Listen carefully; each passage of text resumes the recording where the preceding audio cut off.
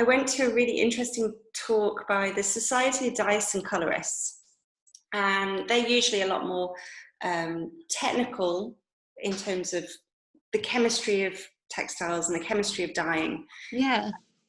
They're like my little geeky friends. And Sounds fun.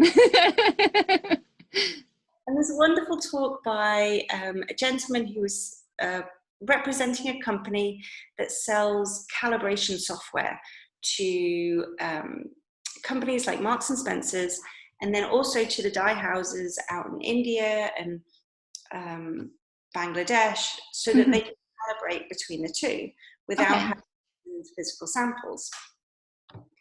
And this is fantastic technology. It's really great.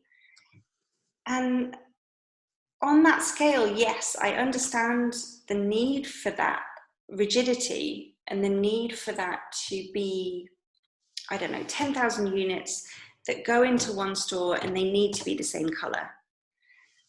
But as another member of the society kind of pointed out, was like, yes, but of those designers who are not producing 10,000 units, 50 units going into a store or going into 5 different stores, if they're not exactly the same, this is okay. Yeah. We don't need to just put that all in the shredder and do it again. We can... Yeah, we can live with that and manage it.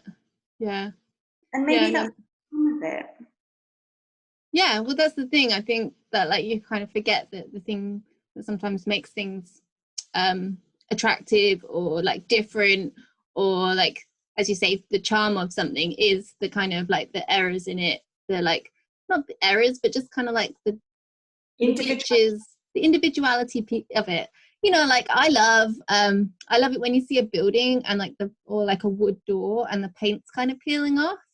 Yeah. And like that kind of thing really appeals to me, and it's not perfect, and that's what kind of makes it nice. And like, I don't know, worn jeans, like the fading or like the rubbing of the fabric, and people love that kind of thing, and it's like that doesn't seem to cross over necessarily.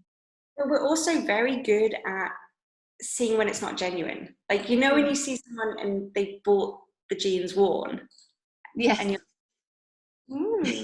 yeah, judging them. Did you see there's like a whole thing that Levi's is doing now? They've got this whole new computer system, so they can they're digitalizing the wearing of the fabric, and so it's like literally spraying on, so they can like, it shortens the whole process down, and it's better for the environment or something as well. I saw a whole thing on it. Like, yeah, they're doing this whole crazy thing where they just like literally like spray on the different color. So yeah. No way. Instead of dyeing the whole jean, they just dye the right color in the right place. Yeah, I think so. I think that's what I understood, because they didn't really say specifically, but I understood that they had like already like, yeah, they already had like some blue jeans maybe, and then the designer had come up with the new faded look for them. So they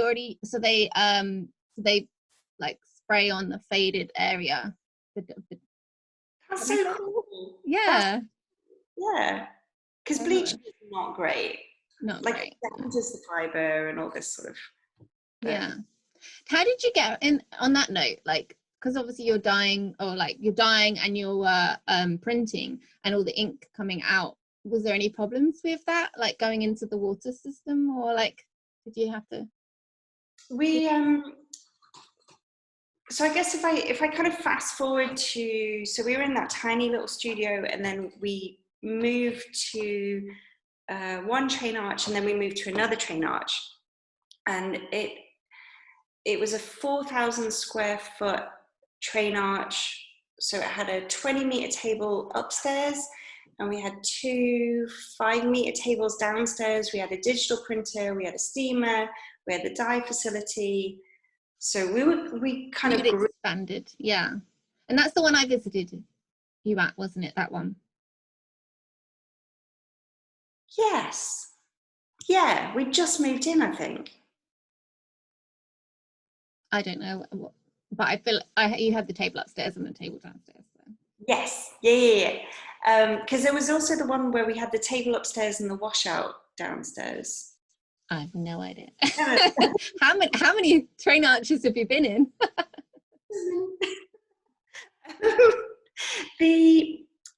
So that, I think that was our maximum capacity, like our maximum kind of potential output. Yeah. With the screen printing, we were using water-based dyes. Basically, if you're putting inks into the drain, then you're wasting money. Yeah. So everything that we used, we'd scrape like the most off. We were on a water meter and it was regularly tested. Like everything was way below kind of regulations that we were allowed to put in. Yeah. Any chemical that was, I mean, basically you can't really buy anything that you can't, like, unless you're Wash using away. industrial scale, then yeah, there wasn't anything that, even if we were just wasting it, then it would have been bad, which is great. Yeah. But also I think there's the economic incentive as well of like, yeah, don't just chuck it away. Dunk. Yeah. Yeah, you don't want to just get rid of that. No, that makes sense. And any waste inks that we did have, we had a really good waste management service that we paid that would come and take it, because you can't put it into landfill. Well, you can put it into landfill, but it's just not considered the right thing to do. Yeah. Some of the thickening agents are basically they're seaweed. So we used to compost heaps and it was totally fine. Some of the kind of oxidizing chemicals, I mean, again, we weren't using them in very large quantities, but we would neutralize them before they went into waste management. But all of this stuff is regulated. Like, by law, you have to do this. Okay, that's interesting. I didn't know that. So we follow the law. We used to get, actually, I was talking about this today. Increasingly, we had a lot of clients who were a lot more, should we say, environmentally aware. Yeah. Did that increase over the time that you were doing it, or? Definitely. And I think people being a lot more aware of the regulations around kind of babies' toys and clothing. Yeah. The thing I was talking about today actually was quite interesting. So maybe about 4 or 5 years ago, Japan banned the import of clothing that had been dyed with azo dyes, which is actually a huge group of dyes, which also includes food colorings. Okay. We had a number of phone calls from clients, kind of obviously very concerned because they were selling to the Japanese market and they wanted to ensure that their clothing had not been dyed or printed with this specific group of dyes, which ended up being a number of quite hilarious conversations of like, but we don't use food coloring. What do you mean? And it took me a while to kind of cotton on to what they were actually asking about. Yeah. The group of dyes that they were concerned about were banned in the UK in the 1970s. That'd be why you wouldn't be using them then. And the reason they were banned was because there were links. They thought that they were carcinogenic. So, which is obviously a great reason to ban them. But that's actually more for the user than for the person who would be wearing the clothes. Yeah. That makes sense, yeah. So, it's kind of funny, like, that information, because it was like, oh, are you concerned for my well-being? No. It was so funny because, like, on that subject, like, there was a program on TV about, it was like, something about bodies, and it was like, so if you had some issue, you would go on the program and you would like basically get undressed and show them like the worst thing that no one else can solve. What was it, embarrassing bodies. Yes. Oh, yeah. Oh, this is awful. Yeah, but there was one episode that was really interesting and is related to what we're talking about, because because this poor man, he had like the worst skin, and he would end up like scratching himself so bad at nighttime, and his sheets would be covered in blood because his skin was so irritated, and nobody could figure out what it was. No one. And then he went on this program, and they managed to find out that he was allergic to a particular color of like a blue. Basically, he couldn't wear blue. Oh, And wow. his uniform for work was denim and a blue t-shirt, and so that was causing his skin to react. And and so when he stopped wearing blue, he was okay. Wow. It was a dye was making his skin do that. And I was like fascinated by this, like, so I was like, wow, imagine those poor people that die in those factories, and if they get in contact with all those horrible chemicals. You know what, this is something actually that, because with the increase of people being kind of more interested in the environmental impacts of specifically dyeing, I think more than printing, but the textile industry as a whole, and the need for transparency in this, which I think is a great thing, and I think the UK is actually kind of like leaps ahead of a lot of places, like in terms of actually what you're allowed to do and what you're not allowed to do. Mm-hmm. A lot of the UK companies are actually way above what the standards are Everywhere else, or what the laws are. Oh, okay. But so I went to another society, a dyist and colorist talk, and there was a lot of people talking about natural dyes and indigo specifically, and there has been a big shift, I think, for natural indigo dyeing. Particularly, there's a lot of denim brands that are like collector's denim. Yeah. And it's woven on old mills that children used to have their hands chopped off, and the cotton has been, you know what I mean? Yeah. Old school weaving. Very old school weaving, with modern health and safety. No children were harmed. Only adults, it was fine. Yeah. We had great conversation. But yeah, natural indigo goes through a very long fermentation process, and some of the chemicals. What is indigo made of? Like, what is it from? It's a plant. Oh, okay. Why did I think it was a bug? Cochineal is a bug. Oh, yeah, that's the one. There is another blue. Is there a blue bug? No, snails. There's a mollusk that does blue or purple. It does blue. Smash it up and boil it, and put it in copper.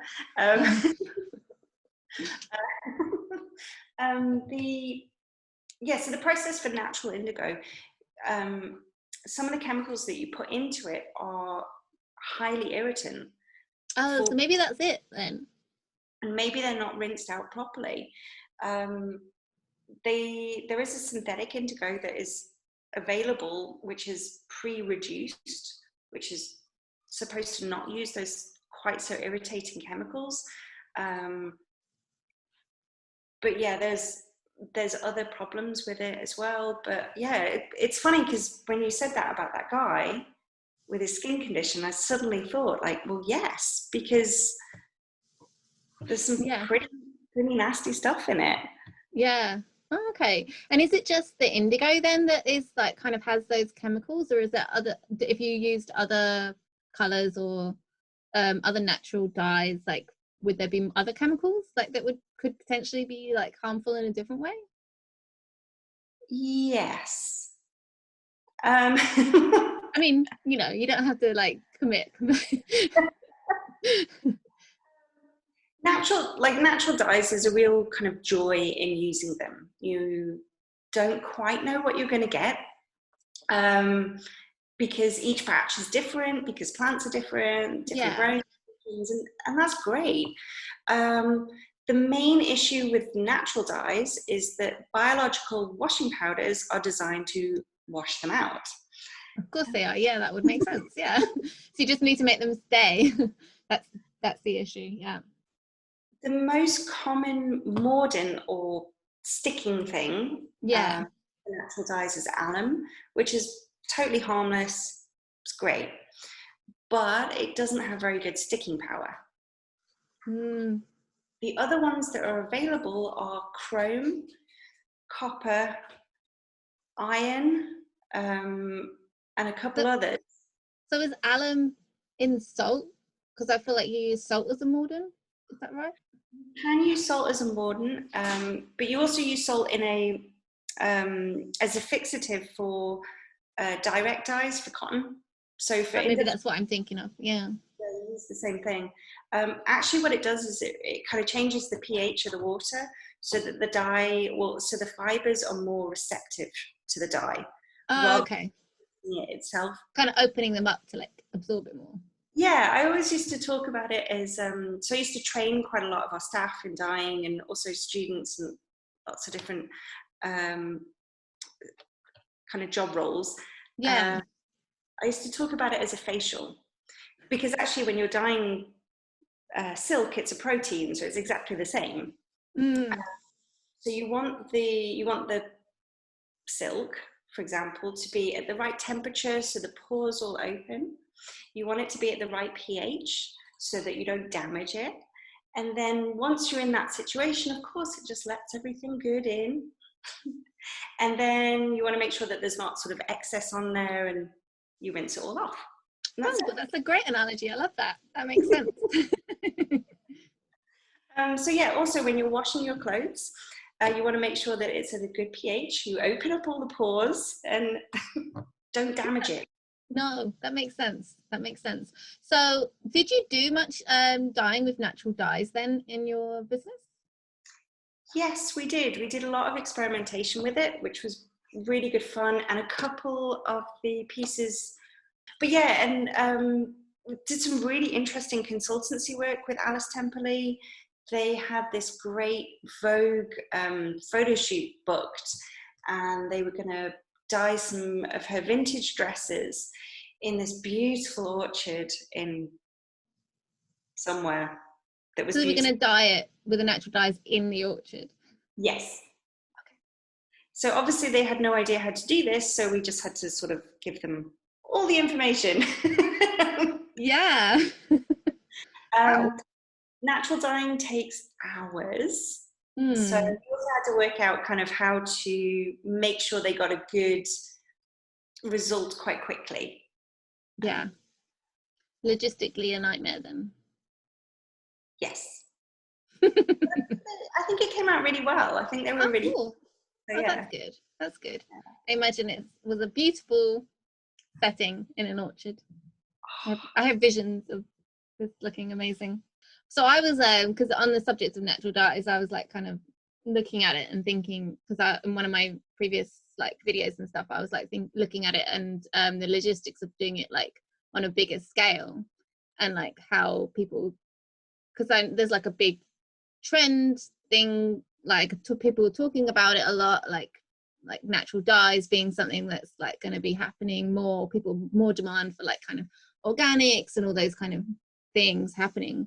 But logistically it doesn't sound like a possibility to do it on a big scale, because you need so many, like say onions planted to be able to produce the dyes in the first place. Like it sounds ridiculous. Like I was like, wow, did not know this, didn't think about this until I looked into it.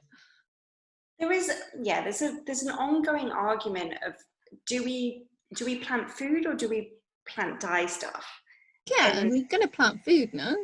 Like, yeah. I mean, I love fashion, but like, hello. It's when you start eating jumper. You're like, it's not made of onions, Kerry. I know. I'm so hungry. I'm just sucking on it. Would you want to wear something that smelled of onions? No. Strawberries. I mean, maybe if it was like onion soup, like, you know, that French one with a bit of cheese on top. Just keep dipping bread on you. Yes.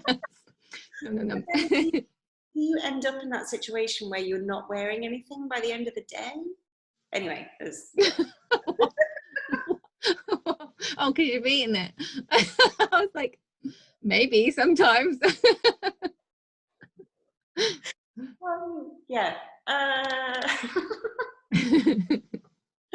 There have been some really interesting studies by, I forget the university, but they're looking at kind of cross planting or sustainable planting of food crops and indigo at the same time, and whether they're good combination crops and yeah, so whether they complement each other in the growing. Yeah. I don't think that indigo is a good nitrogen producing plant, so I'm not sure if it is a good complementary, but I mean, I'm not a farmer, so. No, me neither. I just know that my dad does it on his allotment. So here's like marigold or something next to like beans. I don't know. That's not necessarily right, so don't do that. But but like the flower rejects some sort of insect, and then the crop is okay. Yeah. There's also a danger, I think, of a lot of I mean, there's a lot of kind of hearsay information going out about natural dyes as well, that I think you're absolutely right. On a small scale, they're absolutely wonderful, and you kind of have the possibility as well, because they're not very fixed on the clothes. So you're less likely to wash them so often. They have to be on natural fibers. Yeah. There's some great advances into making them stronger and more efficient. But also, if they wash out, you can re-dye it. Oh, that's true. That's true. Yeah. Yeah. And change the color. Exactly. So you can have a lot, like, changing our mentality of how clothing is worn and how it's used is there's some interesting things in that. Yeah, that's a good discussion to have.